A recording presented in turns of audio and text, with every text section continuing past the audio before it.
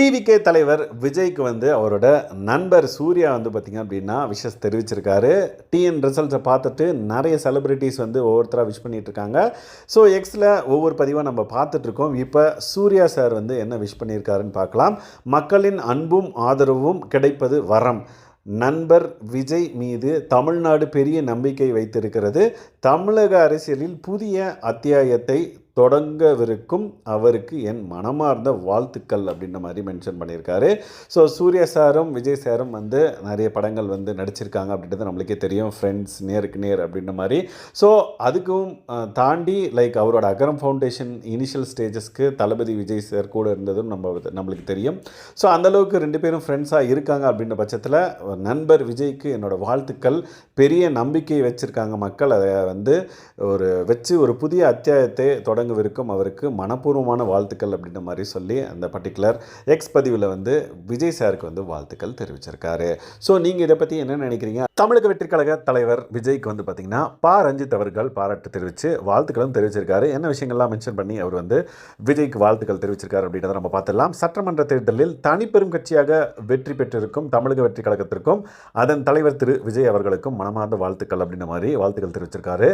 ஆண்டாண்டு காலமாக சாதி பார்த்து வேட்பாளர்கள் தேர்வு செய்யும் முறையும் பணபலம் உள்ளவர்கள் மட்டுமே தேர்தலில் நிற்க முடியும் எனும் கருத்தாக்கத்தையும் இந்த வெற்றி உடைத்திருக்கிறது அப்படின்ற மாதிரி மென்ஷன் பண்ணியிருக்காரு.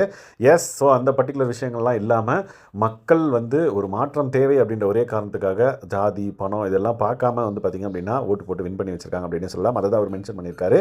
ஸோ அந்த ஃபார்முலா உடைக்கப்பட்டிருக்கு அப்படின்றதையும் மென்ஷன் பண்ணியிருக்காரு. மக்களுடைய பெருவாரியான அன்பையும் நம்பிக்கையும் பெற்றிருக்கிறீர்கள். அவர்களின் தேவையை உணர்ந்து அதனை நிறைவேற்றும் அரசாக உங்கள் அரசு செயலாற்ற வேண்டுமென நம்புகிறேன். வாழ்த்துக்கள் அப்படின்ற மாதிரி விஜய் சாரை டேக் பண்ணியிருக்காங்க. எஸ், ஸோ மக்களுக்கான ஒரு ஆட்சியாக இருக்கும்னு சொல்லிட்டு எல்லா நாளும் எக்ஸ்பெக்ட் பண்ணப்படுது. ஸோ நீங்கள் என்ன நினைக்கிறீங்க? அண்ட் தென் இந்த பர்டிகுலர் விக்டரிக்கு முக்கியமான காரணம் என்னவா இருக்கும் அப்படின்ற உங்கள் மைண்டில் ஒன்று ஓடிட்டுருக்குள்ள அதை கமெண்ட் பண்ணுங்கள். தமிழக வெற்றிக் கழக தலைவர் தளபதி விஜய்க்கு பார்த்திங்க அப்படின்னா வரிசையாக செலிபிரிட்டிஸ் பார்த்திங்கன்னா வாழ்த்துக்கள் தெரிவிச்சிட்டு இருக்காங்க. ஸோ 3 செலிபிரிட்டிஸ் என்னென்ன விஷயங்கள்லாம் சொல்லி வாழ்த்திருக்காங்க அப்படின்றத நம்ம பார்த்துலாம். அர்ஜுன் தாஸ், சந்தானம் சார், அதுக்கப்புறம் ரஷ்மிகா மந்தனா, இவங்க 3 பேரும் என்னென்ன விஷயங்கள்லாம் சொல்லி விஷஸ் தெரிவிச்சிருக்காங்கன்னு பார்த்தீங்கன்னா, Arjun Das historic congratulation Vijay sir, truly happy for you, wishing you the very best as always அப்படின்றத மென்ஷன் பண்ணியிருக்காரு.